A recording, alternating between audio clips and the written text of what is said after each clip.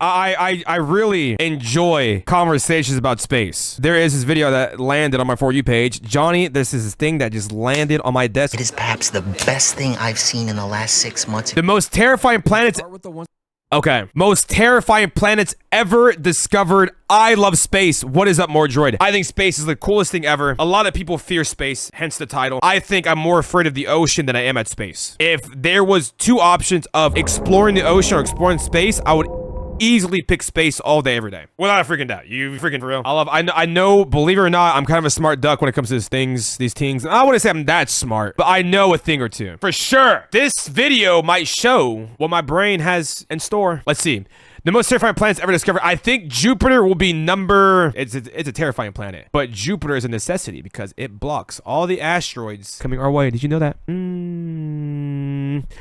By the way, I learned that Jupiter was a gas planet during senior year of high school. Anyways, let's watch. The most terrifying planets ever discovered. Ones that are terrifying. And does anybody remember my mom took us to get nachos and pizza? I probably sound like a sleeper agent to y'all. The planets of the solar system. Y'all don't remember that? Oh, no way. Am I that old, bro? I know the last one. There's a new updated version because Pluto couldn't afford rent. See, I find this stuff very fascinating. Why is Pluto a dwarf planet? How do I get the non-AI bullshit? Because it has not cleared the neighborhood around its orbit. It orbits in a disk-like zone beyond the orbit of Neptune, called the Kuiper belts. Okay, so it's just too far out there. It's not part of the neighborhood. My very excellent mother just served us nachos. It used to be something else. My very excellent mother just served us 9 pizzas. That's what it was. Anyways. work our way towards the ones that are hellish nightmares. Number 7, the burning ice planet. This is number 7? Yo. I'm gonna say Jupiter. Hold on, I'm cheating. I don't wanna look. Jupiter is infinitely worse than... I'm pretty sure Jupiter has constant hurricanes, the size of Earth. It has acidic rain and glass flying through it. And if you breathe, you'll fucking die. If you even get anywhere near it. All right. Anyways. Gliese 436b is one of the most terrifying planets you will ever hear about. It is believed that the planet's entire surface is covered in extremely hot ice, capable of reaching temperatures Dry above ice. 800 degrees Fahrenheit.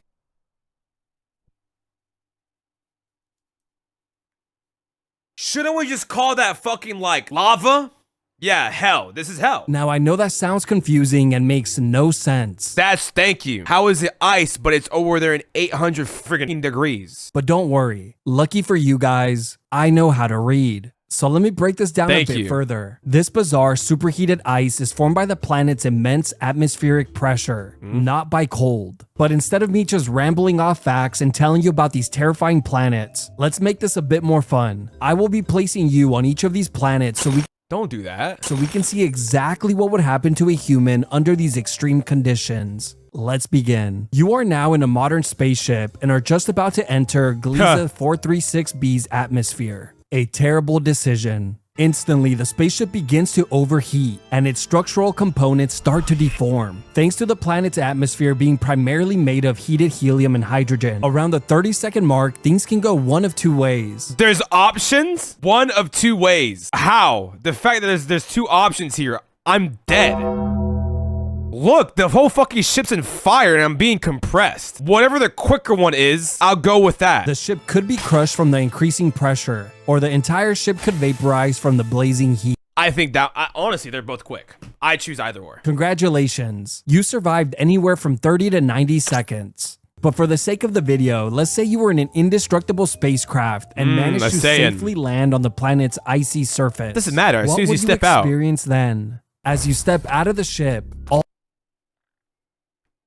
I love this channel. Like, I feel like we have a chance. All the moisture in your body instantly flash boils, then vaporizes, leaving you dead within a couple of seconds. Really? Let's try that again, but this time you're wearing an indestructible spacesuit. You see the glowing ice-covered surface, and you feel the spacesuit vibrate from the high winds.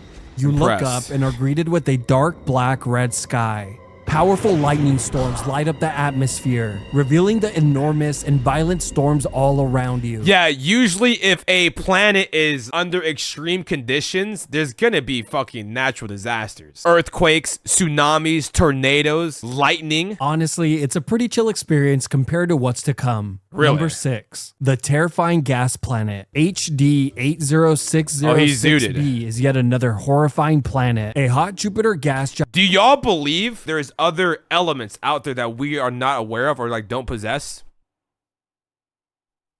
Really? I don't know. Is that ignorant to think of? Like it's saying, I don't know? I believe there's other life out there. If you don't think there's life, like besides us in space, that's grow up. But like, I thought like other elements, what could we like, what would this element do for us? That's something to think about. Whether space is infinite, it's growing, I'm aware. It's constantly being filled with this thing called dark matter. With a wildly elongated orbit that is about 11 times larger than Earth's radius. Oh, wow. The reason why this planet is so scary It's okay, guys. It's only 217 light years away. has to do with its incredibly wild temperature swings as it goes from deep space to nearly touching its star. When the planet is closest to its star, the temperature goes from around 450 to over 2,000 degrees Fahrenheit. And it doesn't turn into a star? Interesting. A gas planet is a failed star in a sense.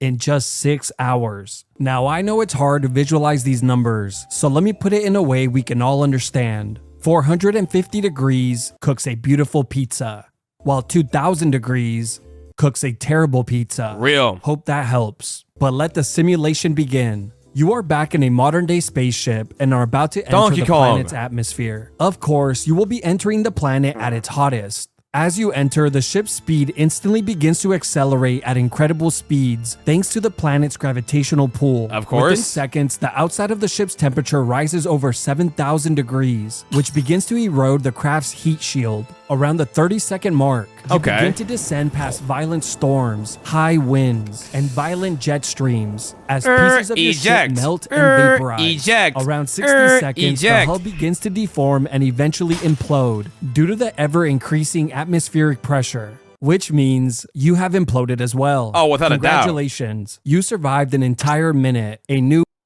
Yeah, I was about to say, that's longer than the last planet. personal best. Let's try that again. But this time, you invested in Bitcoin at 10 cents and were able to purchase an indestructible Don't remind me. spacecraft. So what would happen if you were to step out of the ship at the planet? Looks like a We planet. actually already know some undiscovered elements due to calculations, atomic mass, and knowing about the electrons and all that sciencey stuff. Oh, that sciencey stuff. Really? I thought that the universe was capped at the elements that we've discovered on the planet and our neighboring planets. Because we've been to Mars and like we've taken, well, no, we haven't been to Mars, but we've sent a I sound so stupid saying that. Oh my God. We've been to the moon. The moon's just fucking a giant fucking rock. That's so interesting. What is out there, bro? We need to go to Mars. Buoyancy point, wearing no protective gear. In less than a millisecond after the hatch opens, you would be crushed to a pulp, My God. then completely vaporized into the metallic ocean.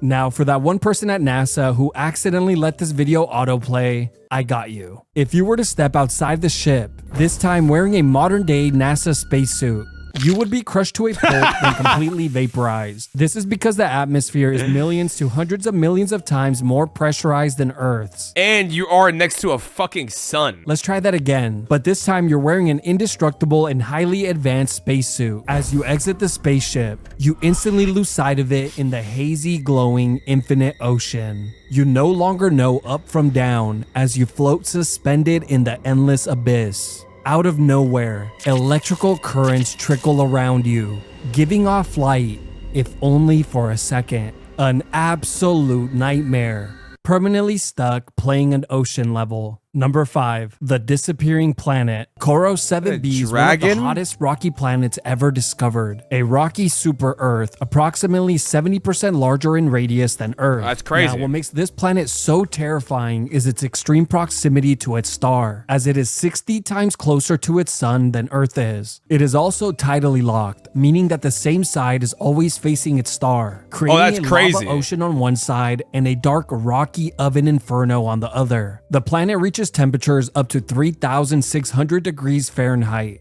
I could take that. which is so hot that its rocky surface is literally evaporating into space, slowly shrinking the Oh, so over time, the planet's probably gone already then, no? Isn't that cool? The one thing that's really cool about space is we're looking into the past. All the stars we see, sure, some could still exist, but a lot of them could have already been blown up. The light just takes so long to travel here. You could get a nice tan there. You're onto something. Here's what would happen if you were to enter the planet's atmosphere with this state-of-the-art spacecraft. Instantly, the craft's heat shield reaches over 7,000. I love the music. You know what's so me and the guys, we searched up that once a star explodes, it goes into supernova. The explosion is so great that it is able to blow up neighboring solar systems and neighboring galaxies. Dude, do you know what that means? We could fucking die at any moment. And we wouldn't know. I could be in traffic like, oh, traffic again. I'm gone. That could be happening right now. Right now. I could be up drinking my coffee on my patio. You wouldn't even realize. You wouldn't even, so like, don't live in fear. You know what I mean? Or do. It'll be instant. You're scaring us? No. Live every day happy. Oh my God, guys, this is supposed to be a wake-up call. Live life to the fullest. Oh my God, isn't that crazy though? 1,000 degrees and begins to erode rapidly. Within 20 seconds, the craft's outer shell begins to crack and melt, destroying insulation and causing the inside of the ship's temperature to quickly rise, baking you alive. Don't worry about it though, guys. Listen, we'll be fine. Within 30 to 45 seconds, the entire ship is shredded to pieces, then quickly vaporized with no traces of its existence left behind. But let's say you were in an indestructible ship and managed to land on the planet's surface. What would happen then? As the hatch opens, is that a dragon? Your eyes, skin, and organs would vaporize in seconds. This is some shit that would happen to Meg and Family Guy, bro. Before you ever... Every time I see this happen, I always think about Meg. Felt a thing. God. I don't have a crush on her. She's fucking... That's rude. Never mind. Let's try that again, but this time you're in an indestructible and highly advanced spacesuit. Okay. As you step out of the ship, you're instantly blinded by the sun. I love the character's face. Since it's 360 times larger than our sun from Earth. Luckily, you would be able to walk on the lava ocean since molten rock is incredibly dense. It would feel like walking on burning tar that clings to your feet with every step you take. That is disgusting and sounds very painful. But if you were lucky enough to spawn on the dark side of the planet, you would actually be able to walk around freely on solid ground. Wouldn't it just be really cold? At least when you're not busy being tossed hundreds of feet into the air by the planet's violent and powerful winds. Number 4. Wasp 127b. I think let's try to guess what could happen on this planet from this image alone. It's acidic rain. Either that or there's very sharp glasses. I think it's going to be either glass or acid. Wasp 127b. Wasp 127b is yet another incredibly horrifying planet. A gas giant that is about 15 times Earth's radius. It's about like Jupiter then. That is a very pretty planet. The fact that these planets exist, like what's their purpose? Bro, what do we got? I don't know. They're just there. Guys, don't worry. It's 520 light years away. And if it was to come rapidly our way, I have a plan. The many reasons why this planet is so terrifying. Why do they exist? I don't know. The Big Bang Theory? Is that it currently holds the record for the highest winds ever recorded. And we just know that. I mean, from looking at this image, if this image is real, I think I could safely assume and come to the conclusion that that shit's fucking moving. Look at that. It's moving so fast that it's blurry. For reference, the highest non-tornadic wind speed ever recorded on Earth is approximately 250 miles per hour. Non-tornadic? When the fuck did that happen? Did I miss an event? Do we have like someone that can vouch for this in the chat? Someone's like, yeah, man, I was there. Whoa, dude. How does that happen? Take a guess where? Somewhere with like just plain fucking land. Easter Island heads, but that fucking, hold on, let's see, bro. I'm actually like, I'm curious. Where was 250 miles per hour's wind speed recorded? What a chop sentence. A hurricane. The summit of Mount Washington. Oh, okay. It was Australia. Really? Wait, what? Oh my god, yeah. In 1996, 250 miles per hour. Why do people why do y'all live there, man? Get out of there. I feel like every day there's some sort of like country disaster event going on. 250 miles per hour, which is strong enough to send a human hundreds of feet into the air. Neptune.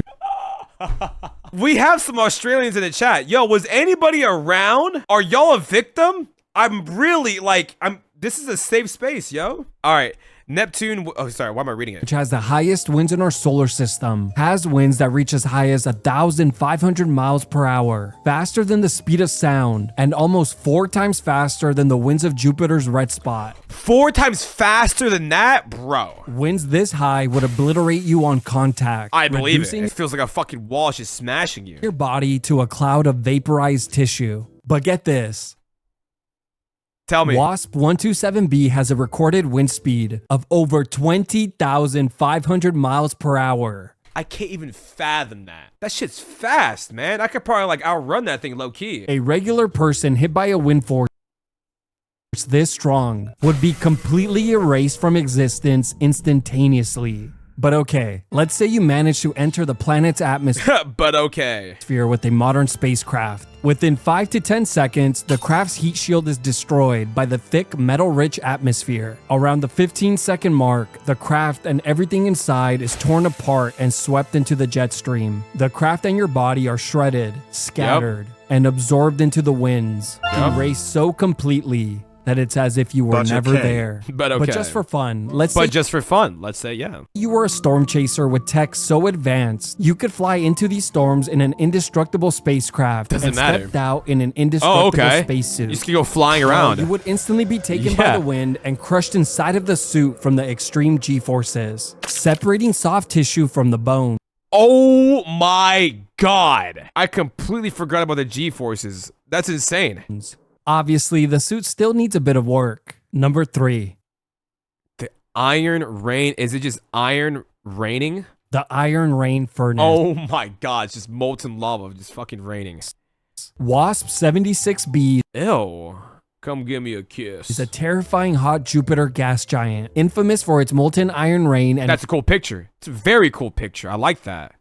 I mean, I wouldn't go there. winds that reach over 10,000 miles per hour. The planet is massive, nearly twice the size of Jupiter's radius and around 20 times Earth's. The planet is also so close to its star that it's tidally locked. One side is forever scorched by intense heat, while the other remains a dark, hellish landscape lit only by its molten iron rain. But let's say you were placed in charge of a modern spacecraft and enter the planet's atmosphere on its sunny side. The craft will immediately report temperatures hotter than molten lava. Around the 3-second I love the music. mark, the heat begins to destroy the craft's heat shield thanks to the iron vapor in the atmosphere. And around the 5 to 10 second mark, the craft's entire structure begins to melt, which includes you. Around the 20-second mark, the entire craft and you are nothing but debris taken by the high winds, which eventually get so hot that they vaporize, leaving no traces of your existence. Since I've already covered what would happen if you exited a ship at the buoyancy point of a gas planet, let's switch it up a bit. This time, you're an adrenaline junkie looking for your next fix, so you'll be skydiving into the planet and gulping down some air. Within a fraction of a second, you're incinerated. Oh my god, I love like the what ifs, dude. Like, what if you do land safely and you hop out? Doesn't matter. You breathe, you're dead. Now, just because I know you're wondering, let's say you skydived on the dark side of the planet away from its sun. Doesn't matter. Isn't there still fucking molten rain falling from the sky?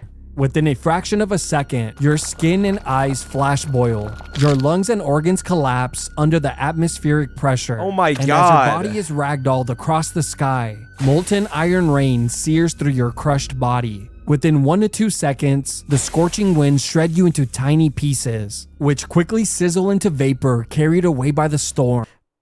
So I don't mean to look like a psychopath. I'm over here just smiling. Like, I find this all very fascinating. But let's say you exited the craft wearing an indestructible spacesuit and decided to skydive into the planet. What would you experience then? Let me guess.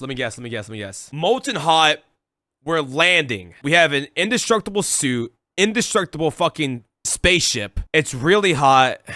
The winds are not that high. I think once we land, it might just be like the floor is so hot that it sticks to your fucking outfit. I don't see us dying in this scenario. I think it'd be so hot. No, if the suit's indestructible, that means internally inside the suit, we should not feel any consequences from the heat. So what's gonna happen to us? Air pressure? Oh!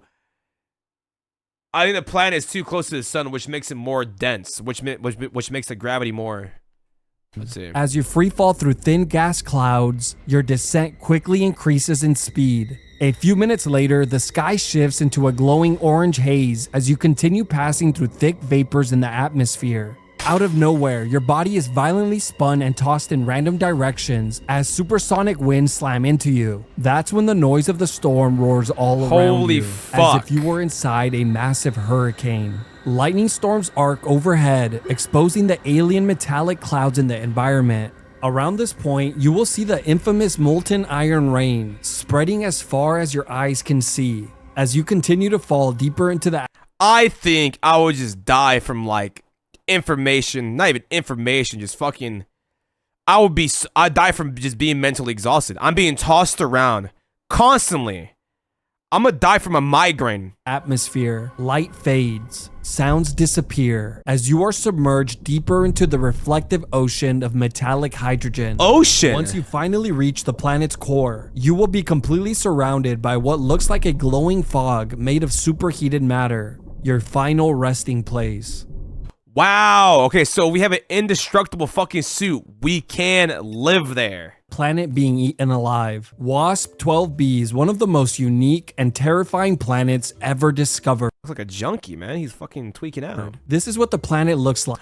That is so cool. I think the reason why this gas planet is not turning into a star is because it's not dense enough. There's not enough mass in the planet to compress and explode and turn into a star. That has to be the reason why. Only 1,300 light years away. Wow. I might be around to see that. Disgusting. The reason it looks disgusting. Disgusting. I think it looks cool. The reason it looks so ugly and deformed is that it's currently in a death spiral with its star, slowly being eaten alive. A visible trail of gas can be seen like a black feeding the hole. nearby star. Its close proximity to its star also means it's tidally locked. Yep. So one side is forever scorched with radiation and heat, while the other is forever scorched with radiation and heat. Good enough. But also completely dark. The planet is a hot Jupiter gas giant that is almost twice the radius of Jupiter and Whoa. nearly 22 times Whoa, Earth. so then how is it not- But let's get to the good stuff. Let's say you were to enter the planet's atmosphere on the ugly deformed side. We're done. Well, surprisingly, you would still be pulled towards the planet rather than the star. What? Since at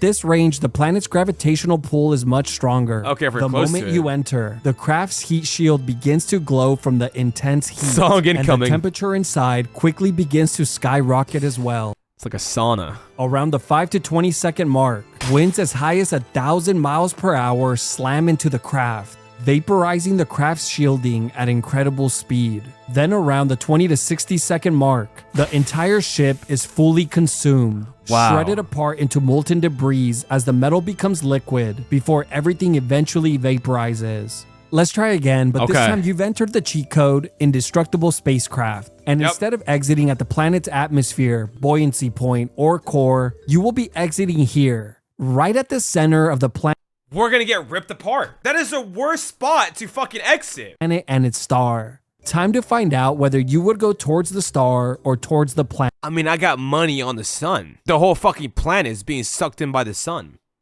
Place your bets. And 3, How did he know I was gonna place a bet? I'm going right. That's what I'm saying. You're gonna get ripped apart. That's why. You know what? I'm gonna say the middle. 2, 1, go. I knew it. Never Okay, mind. try again, but this time we're shedding the bulk and heavy weight of the ship, only wearing a light and indestructible spacesuit. Where would you go then? Place your bets. And 3, 2, 1. Sources tell me, word of mouth. I still believe we're gonna stay in the middle. I mean, if it's not the middle, the sun surely wins. The sun has to win. The sun is sucking the planet, so it's gonna suck us. Torbeck has reconsidered still. Go. Yeah. Yeah, obviously you head towards the star again. No duh, dude. Like, what are we doing here? That should have been really, really obvious. Number 1, the glass storm planet.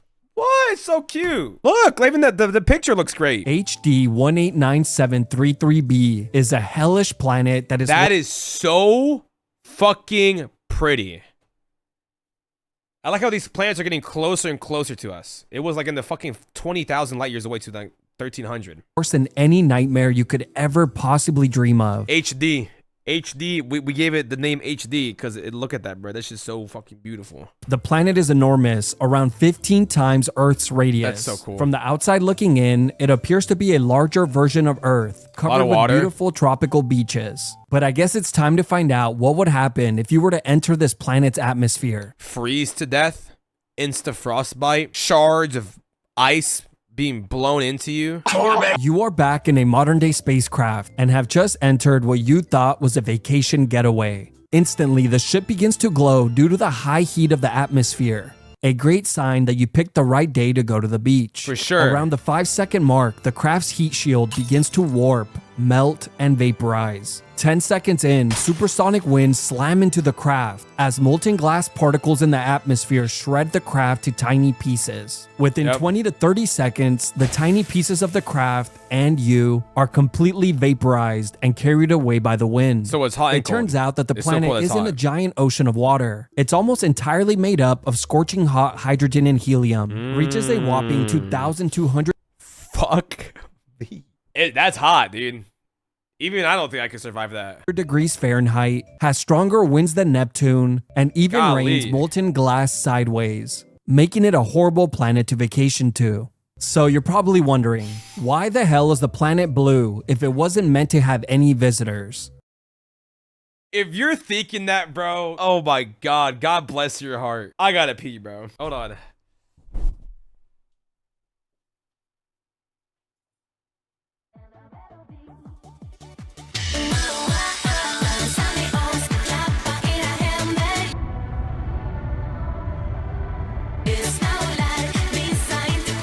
Because look, it's so beautiful, bro. It's so blue and it looks so welcoming. Well, that's because the planet's atmosphere contains tiny particles of glass, which are great at scattering blue light, making it the worst scam in the known universe. That is cool. So it's catfishing. Reason why it deserves the #1 spot. And yes, just like all gas planets, the simulation always ends the same. Instant vaporization anywhere on the planet, followed by suspended in the dark metallic oceans.